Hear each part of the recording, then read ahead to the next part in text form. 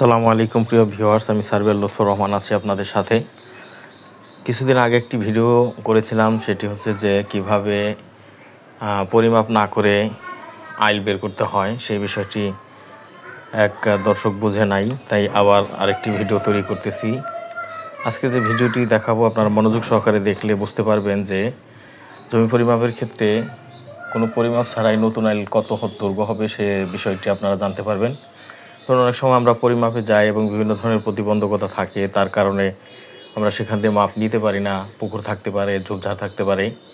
সেই ক্ষেত্রে যে আমরা পরিমাপটি করব, কিভাবে করব সেই বিষয়টি দেখুন। যেমন প্লটটি অঙ্কন করছি, এখানে 130 ফুট, এখানে আছে 110 ফুট, এখানে দৈর্ঘ্য রয়েছে 380 ফুট, দুঃখিত 280 ফুট, এবং এখানে রয়েছে 290 ফুট। এখানে মোট জমির পরিমাণ কত তা আপনারা ভালো করে বের করতে পারবেন, কারণ এটি অত্যন্ত সহজ গড় পদ্ধতিতে বের করা হয়েছে। মোট জমি 78.51। এখান থেকে আমরা যে জমিটি আলাদা করব, বিকৃত ধরে নেই,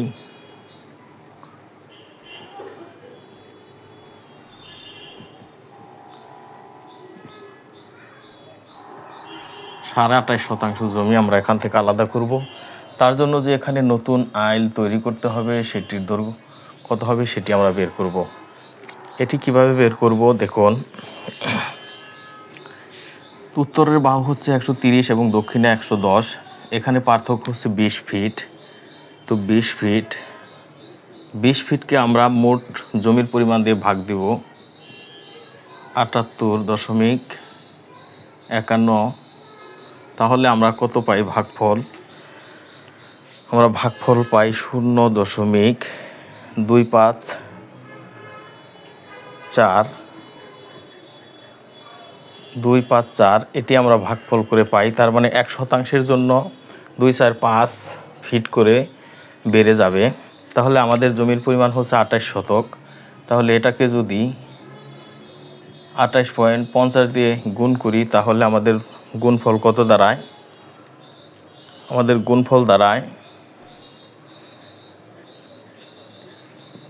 7.26 বা 7 ফিট 4 ইঞ্চি। এখন এই যে 7 ফিট 4 ইঞ্চি, সেটা হলো যে আমরা যে দৈর্ঘ্যটি পাবো 28% জমি এখান থেকে প্লট করতে, তার সাথে আমাদের কি করতে হবে? ওদের এখানে যেহেতু 110 আছে, তার সাথে আমরা যোগ করে দিব 110 যোগ হচ্ছে 7 ফুট 4 ইঞ্চি সমান কত হয়? 17। 117 ফুট 4 ইঞ্চি। তাহলে আমাদের নতুন বাহুর দৈর্ঘ্য হবে 117 ফুট 4 ইঞ্চি। ঠিক এভাবে আপনারা বের করতে পারবেন। আমার সেই দর্শক জানতে চেয়েছে যে প্রস্থটি কত হবে। তো এখানে প্রস্থের বিষয়টা হলো যে আমরা যদি 117 এবং 104 দিয়ে গুণ করি, যোগ করে সেটার গড় ফল বের করে যদি 28কে, তাহলে প্লটটি কেটে দেখাই। 117 এবং 100 যোগফল কত হয়? 110 যোগ হচ্ছে 117.4 সমান হচ্ছে 227.4। এটাকে যদি 2 দিয়ে ভাগ করি, তাহলে আমাদের গড় বের হয়ে যায় 113.8 ইঞ্চি। এখন আমাদের যে কাজটি করতে হবে, যেহেতু আমরা 28.5% জমির একটি প্লট করব, 28.5 গুণ হচ্ছে 435.6, এটাকে বর্গফুট বের করে নিতে হবে। আমাদের কত বর্গফুট হয়? 12,414.6।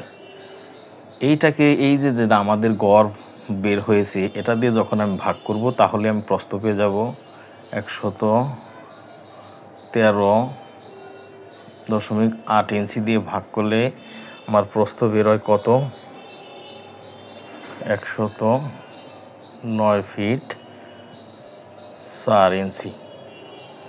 তাহলে এখানে 109 ফিট 4 ইঞ্চি, এইখানে 109 ফিট 4 ইঞ্চি প্রস্থ হবে।